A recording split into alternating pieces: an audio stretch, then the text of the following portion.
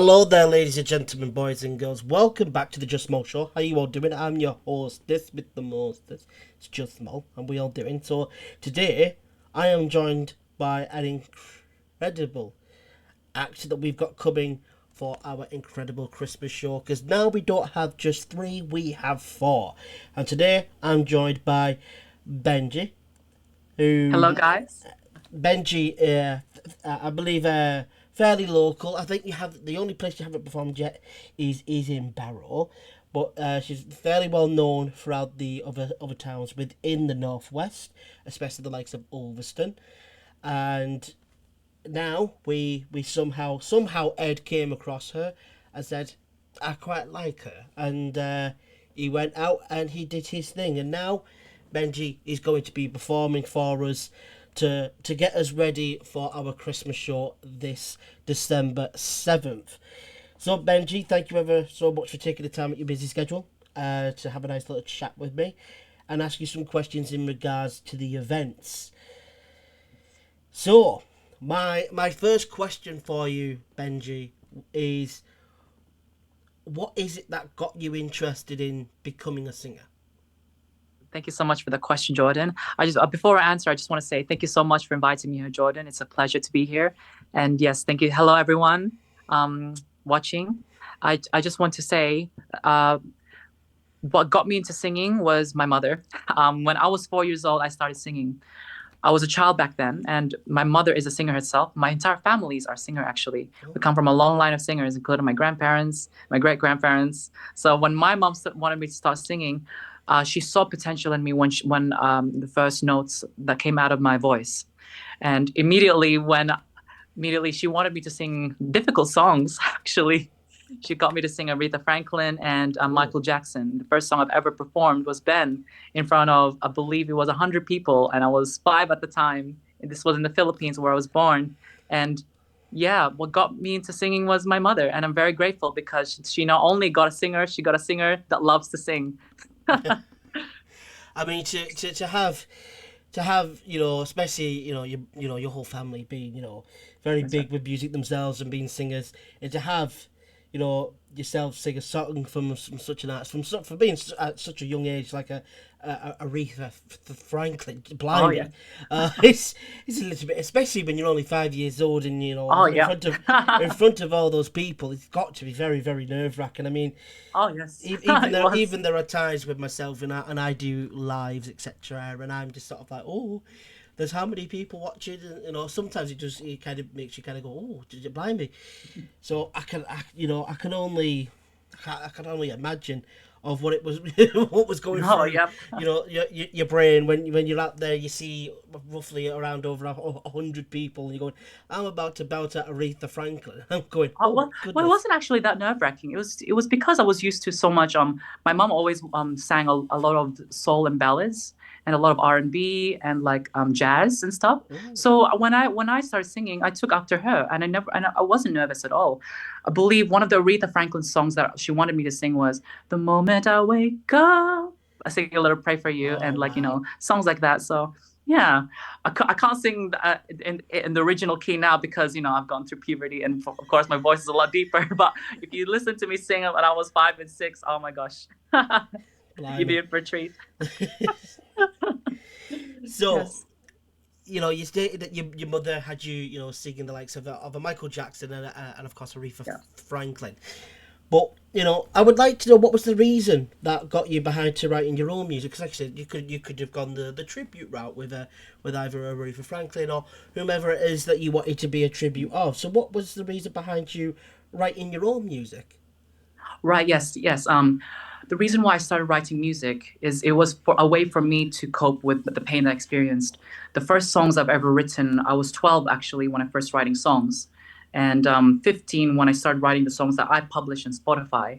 If for those of you who don't know, my Spotify name is Bena, and right now I published 3 singles. The first song I've ever written was a song called "I Sing." And the second song is called Picnic on a Rooftop, and the third song is called I Love Me. All of them were written before I turned 17. When I wrote those music, I wrote it from my experience. It's not just a song that like that I write just because I want to. I wrote it because I felt the pain and the sentiment that comes with it. I write ballads, and not just ballads, but they hold like meaning to it, especially the words that I write. And I try to make sure I really um, communicate that through to make people understand what it was like to be in my shoes when writing them. Yeah. Wow. So like you said, you've gone through, uh, you've gone through some of your own trials and tribulations. You've gone through some pain. Those are the I'm not one to pry and whatnot. I can only imagine. I mean, we all in our lives go through our own senses of pain, our own moments of trials, and that we have to find the strength to move on from. But thankfully, you were able to find that release with music, and that's one of the beautiful things about music. It can be such an escape. It can be such an escape Oh, for sure. from one's pain, and you can really lose yourself into it. And it's why a lot of artists in the world, probably most successful artists, are so successful to this day because they use some of their own pain. They use some of their own emotions from their real life situations and pour it into their own songwriting. So I can only imagine what the audience are going to feel when they hear you perform come December time. And of course, you'll have to send me the link to your Spotify so I can show the people Oh, for sure. what they can be expecting by giving them a little bit of a glimpse of some of the songs that you have released. Um, and speaking of the audience, what can they expect from you for the show coming this December? Well, they'll expect a lot of passion because when I sing with passion. Well, and also because I sing a lot of songs that are for me in my opinion. I try to sing out of the box songs. Some of the songs that are not trending, but for me are timeless. Not like Mm. I sing. I believe one of the songs that I believe promised I would sing is "Brother Can You Spare a Dime" by George Michael. Oh So wow, a lot of the songs are catered to jazz and soul and funk. So they're gonna expect a lot of something elegant. wow. Because yeah, George Michael, Yeah. that's not one I've really heard many people sing a lot of, or it's a very it's a very that's a very big curveball there because I've not heard Ah, a yes. lot of people sing George Michael regularly, but can't deny the fact that he fantastic artist, a fantastic talent he had. My goodness. So when it comes to like I said, you've performed in the likes of Ulverston, etc., and a fair few other spots here in the northwest. Are you excited to perform in Barrow for the first time? I am very much excited, actually. Yes, I've always actually wanted to sing in like a lot of pubs in Barrow. I heard that a lot of pubs earn a lot of good reputation for taking in live performance, and I've always wanted to Yes. become part of that, and what I wanted to attribute myself to that. So of course I'll be very excited. I'm looking forward to it. Yes, Barrow is very, very, rife with the sort of the pub scene of live music, especially when I was younger. I mean, it has lessened a little bit as I've been growing up. You don't see it as much as you did as I did when I was younger, but they still do a lot of it. They still get a lot of local talent. They still try and get as much talent either from the local area or within the northwest as often as they can. Then they also try and get a lot of talent from outside of the northwest and try and bring them to Barrow as well, which is amazing of what we've been able to do. I think a couple of our acts that are performing on the night are from down south. I think one of them's pretty much close to London area. Or South London, I believe they stated. So it's a bit of a trek for them. So you stated that when you were only 5 years of age, having to sing Aretha Franklin, you performed in front of roughly around 100 people. So, what was one of the biggest venues you've performed in? The biggest venue I've performed in, I was 15. I was invited to sing in front of 500 or 700 people. I was in Perth in Australia at the time because that's where I'm from. I'm from Australia. All And right. I believe it was the Rock. I can't remember the name. I can't point it out of my head. But I remember wearing a dress for the first time because I'm transgender, and the first time I've ever worn a dress, it was like kind of a wedding dress. And I remember it was such a beautiful experience because I was singing Louis Capaldi and what was and Donny Hathaway because I sang two songs that day, that night, should I say. And like I when I sang, it just there was a whole crowd of people, and it was just such a beautiful experience.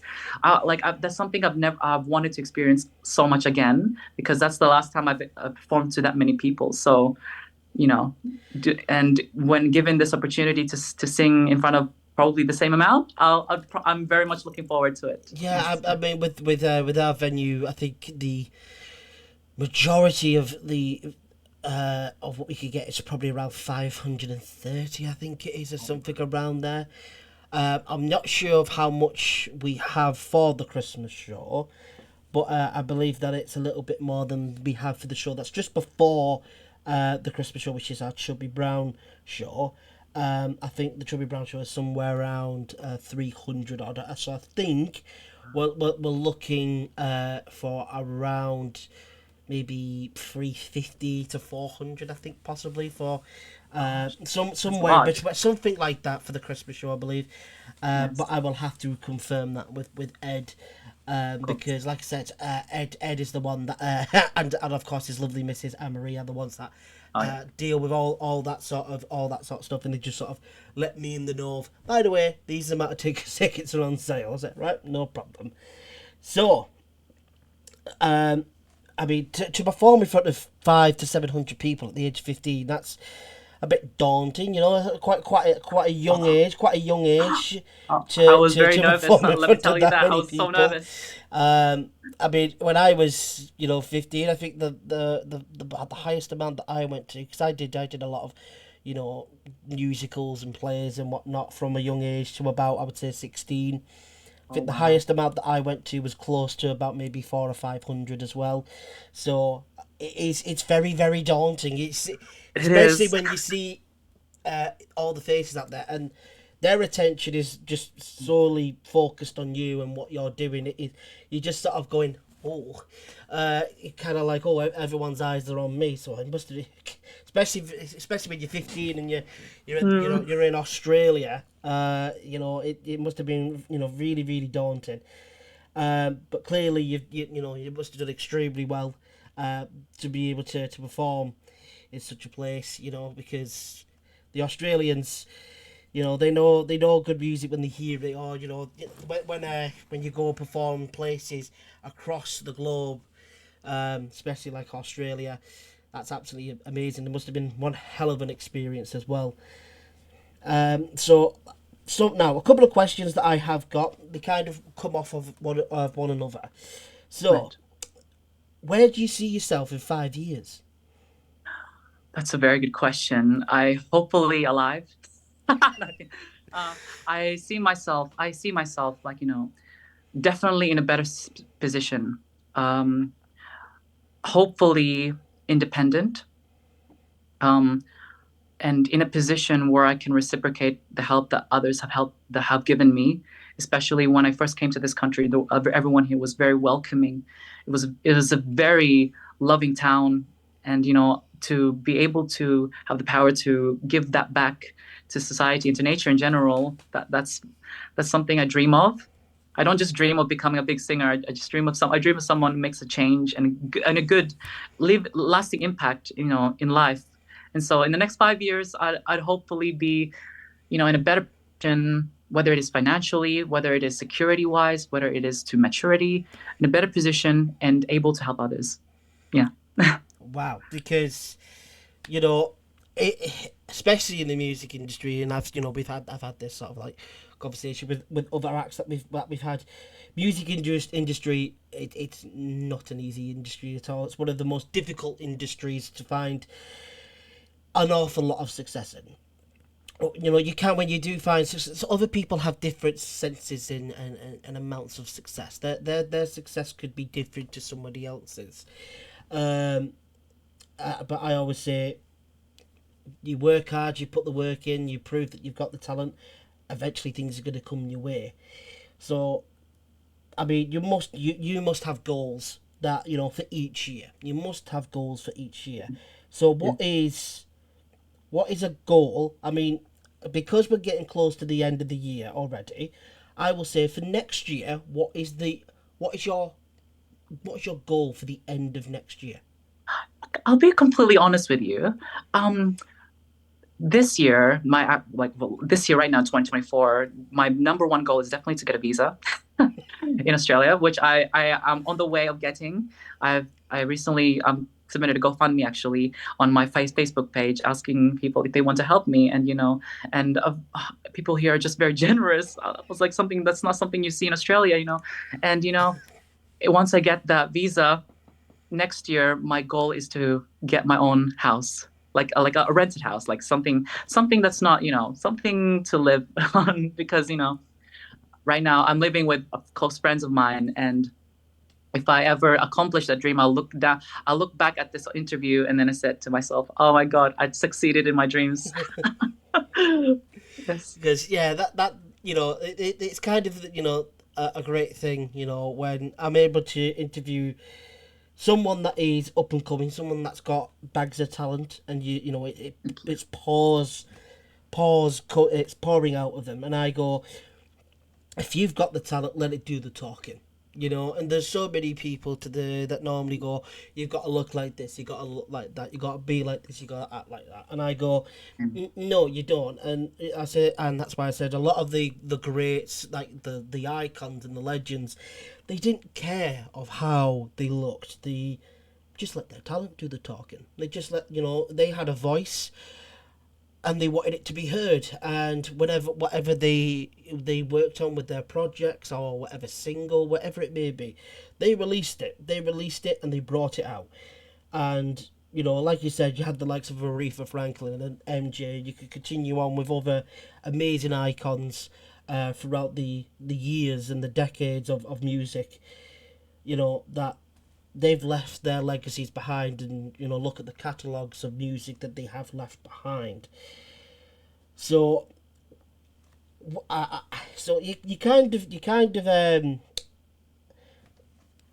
of mentioned what really gravitated you uh, to this next question. So what gravitated you to performing on stage? Because like I said, you had your mother, who was very big and very supportive of you, Yeah. singing. But what was it that really gravitated you towards stage? Was it your parents and your family? Were the just like, hey, you should try this out? Or just was it something sometime you said, what, I'm just gonna go for it? Well, to answer the question, Uh, I'll be completely honest. What really gravitated me to sing on stage was when I was young. I always liked the idea of like people like seeing my talents and stuff. I kind of like attention in I think a lot. a way that I is think that healthy. happens a lot. To be honest, with a lot of singers and artists and whatnot. That I can admit to it's that. it's it's like a da da. It's like ooh. I think that's what really gravitates us towards it all. It's like, oh, look at me. you know. I think that No, happens with a lot of us. yeah, but I tried my best to do it in a healthy way to show that like I can give something in return.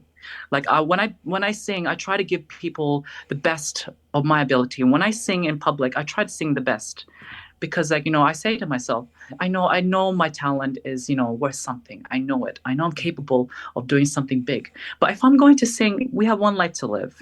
I want to show like everyone the best of me, of what I can offer.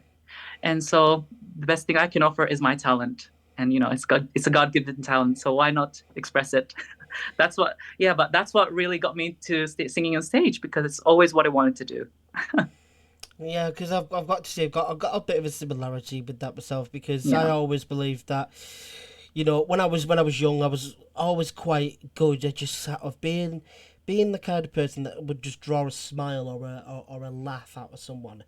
Whenever Yeah. it was me doing something really, really minor, or me just being a little bit silly and goofy, or me just being myself and kind of allowing my humour to come out, and my goofiness, my silliness, um, and my silly sense of humour come out, and that's what made people giggle, it's what made them smile, and that's when I started doing creating content on my own. That's when I went, I'm gonna really go for it here, because I'm like, I am a silly, I'm a silly goofball. I'm a bit of a nerd. I love my comic books. I love my movies, my video games. I love my anime, etc. So I'm a bit nerdy. I'm knowledgeable a lot in this field, which, you know, would pretty much determine me as a nerd. So I always like wanted to show like, hey, it's cool to be a nerd. You can be a nerd. You can have that talent of, I'm a silly idiot. I'm a goofy guy. And I'll do what I can. And if I can make you smile, that's great. If I can make you laugh, that's even better. So, I commend that attitude amazingly, because like I said, when you know you have got something, you try to give back. You try to That's give right. back, and I looked up to the likes of of a Robin Williams, who was Yeah. just one of those individuals that he could just make you smile. He could just make you laugh. Even if it was just something, simple. He was just so gifted and so natural with it. So that's what I kind of gravitated to him for.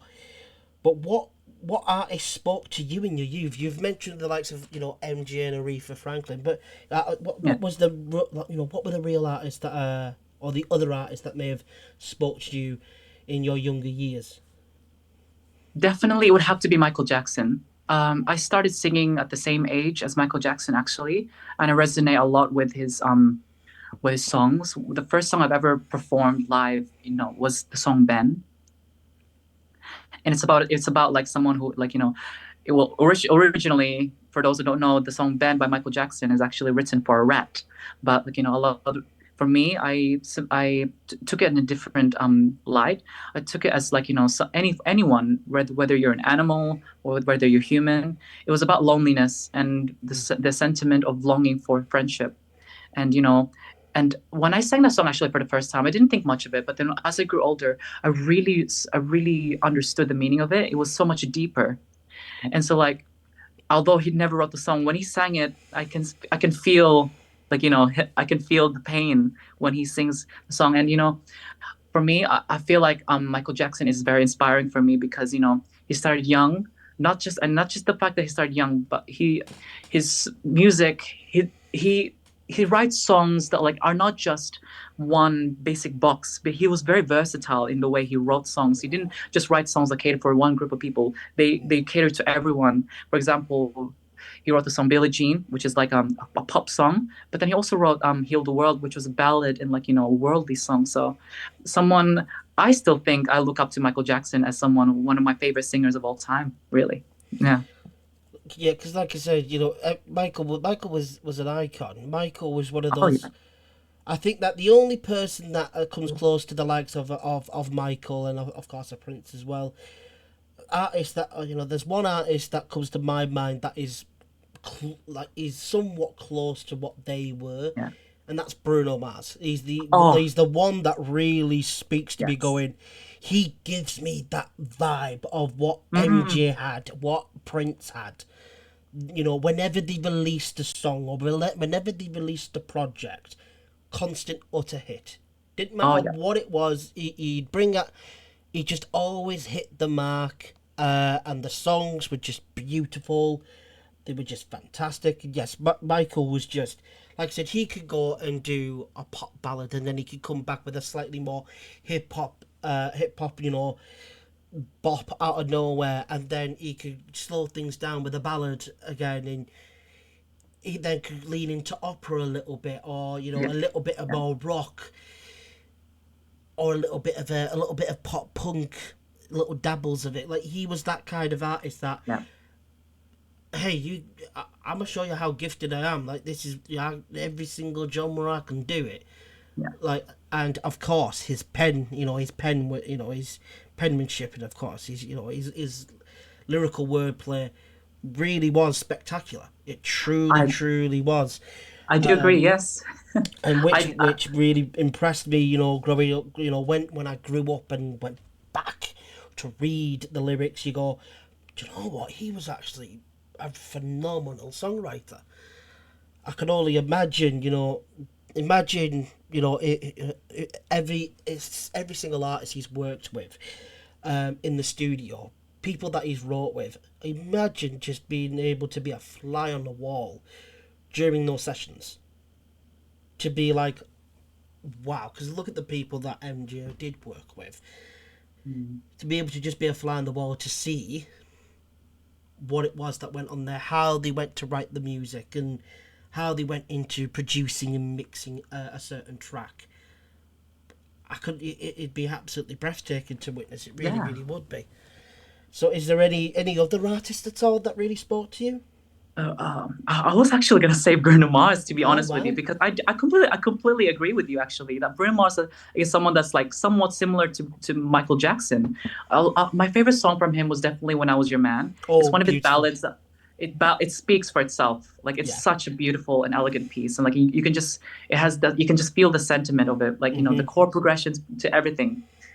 Yeah, Bruno Mars is definitely one of the singers that I personally hold value to, like as one of the best artists for me. Yeah. Yes, absolutely. Because, like I said, Bruno, he brought when I was your man out. I went, how has this man just dropped a ballad, like one of the best ballads that's come out in decades, and just gone, there you go. And then about a year later or a year or two later, he brings out Uptown Funk. I was like, Oh yeah. how has he done this? He's just gone and dropped one of the best ballads I've heard in quite a while, and then he just drops an absolute hit yet again with Uptown Funk. I just went completely. That's when I went. In today's generation, he is today's generation of Prince and MJ. Like he is this generation's version of it, Yeah. Yep. because whenever he releases, it's an instant hit, and everybody listens because he's just that good. And I can only imagine how good he is live, because I have been told Oh by yeah. some people that he is just sensational live. My I could. goodness. I really want to before I die. I actually want to see a live performance of Michael, not Bruno Mars, because like Yes, I do look up to him. Yeah. absolutely. It would be absolutely amazing just to be able to be there in the live audience. I don't even need to be front line. I could be anywhere. Just if as long as I could see him perform live, I'd be happy, because I've Yeah. been told by a lot of people he is just sensational live.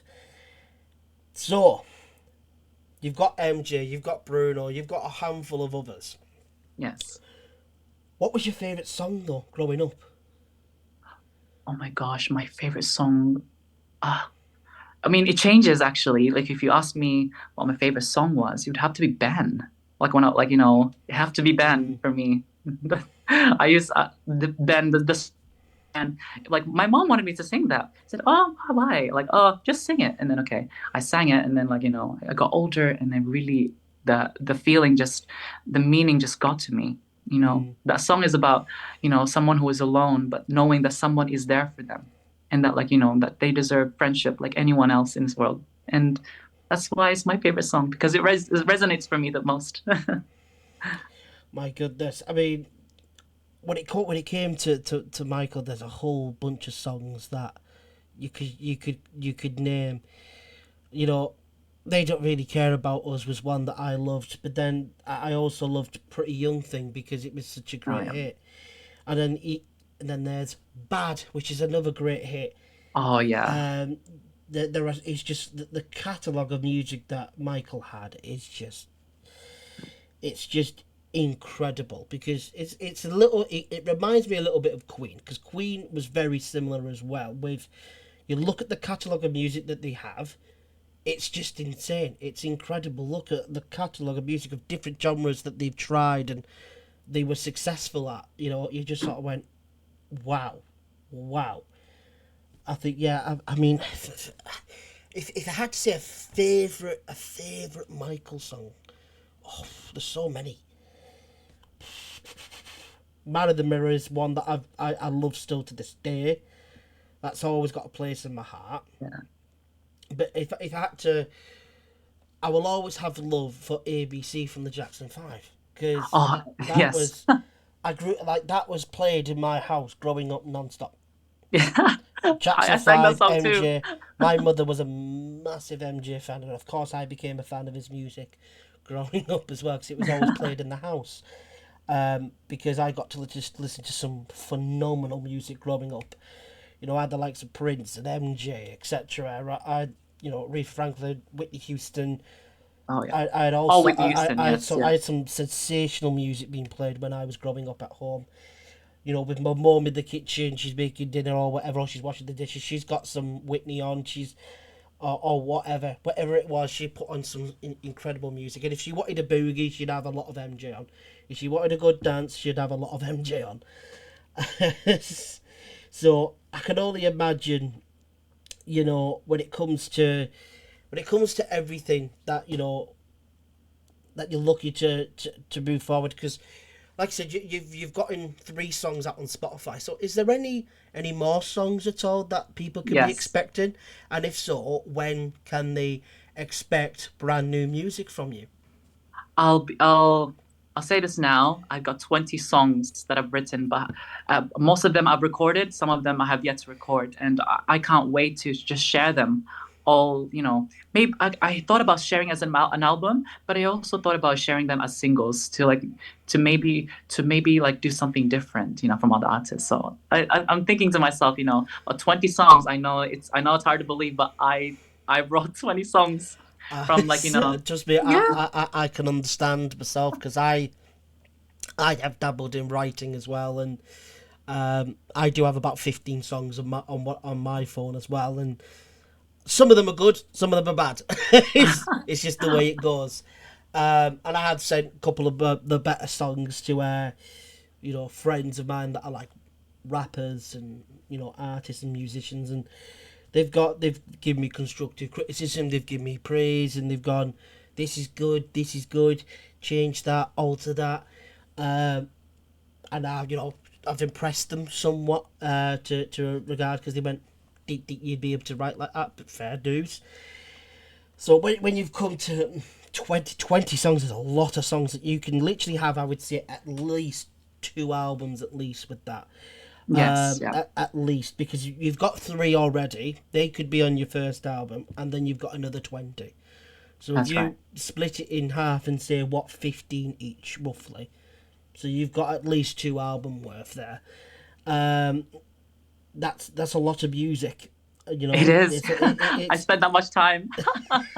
it's a lot of music to be holding on to, and I know what it's like for because I kind of similar when I've got a video and I on YouTube, and I'm desperate to get it out because I go, this is such a good video, and it takes a long time to edit videos, by the way, ladies and gents. It doesn't take seconds or minutes, it takes hours to edit videos. So can you imagine how long it takes to mix, edit, produce music? It takes longer. Sometimes it does, sometimes it doesn't. Depends on either the equipment that you've got or the people that are in use of the equipment. So if you've got decent equipment with someone that's not as experienced, it may take a bit longer. If you've got someone experienced with not so great equipment, it might not take as long as you think it's going to. But when it comes to editing, it takes a long time to make sure that everything is perfect, especially with music. Right, yes. Because if something sounds just a slight bit off in the recording or whatever it may be, it may fall flat because of that little thing that's like, oh, it's a minor thing. It could be the thing that brings the whole thing down. That's right. So yeah, like I said, a lot of music coming for you. So do they have a time frame for the music yet? Are you looking for a time frame at all, or because if it was big, so like I said, you got 20 songs, I would maybe think you may be looking for maybe next summertime. Yeah, that's what I thought actually. Like I was thinking like to one of the songs is dedicated to a new beginning. So I could publish it in New Year's Eve, which meaning new beginning, like new I year. that like for me, like as in somebody that has studied performing arts and music, I would say that's a perfect time.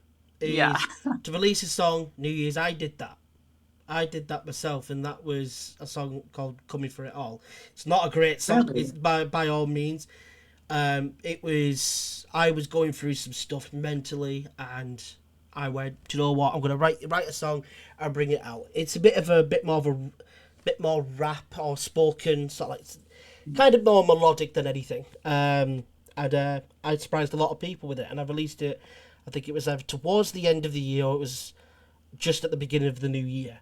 I was like, here I come, 2024, I'm coming for it all, and a lot of people were surprised with it.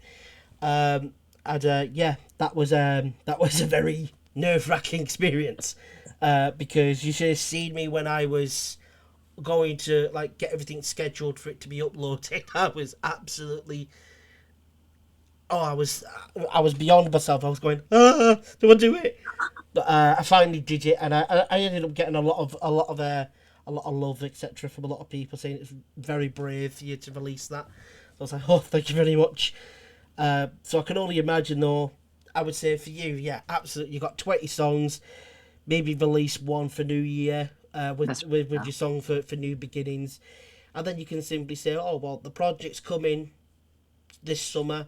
You'll probably get another song maybe in about say March time, and then another one in April, and then when it comes to either June, July, that's when you go right. When this is when the album's coming out or the project, and then you release it. So that's Yes. I can only imagine that you're just dying, because like you said, you've got some songs that are recorded, some aren't.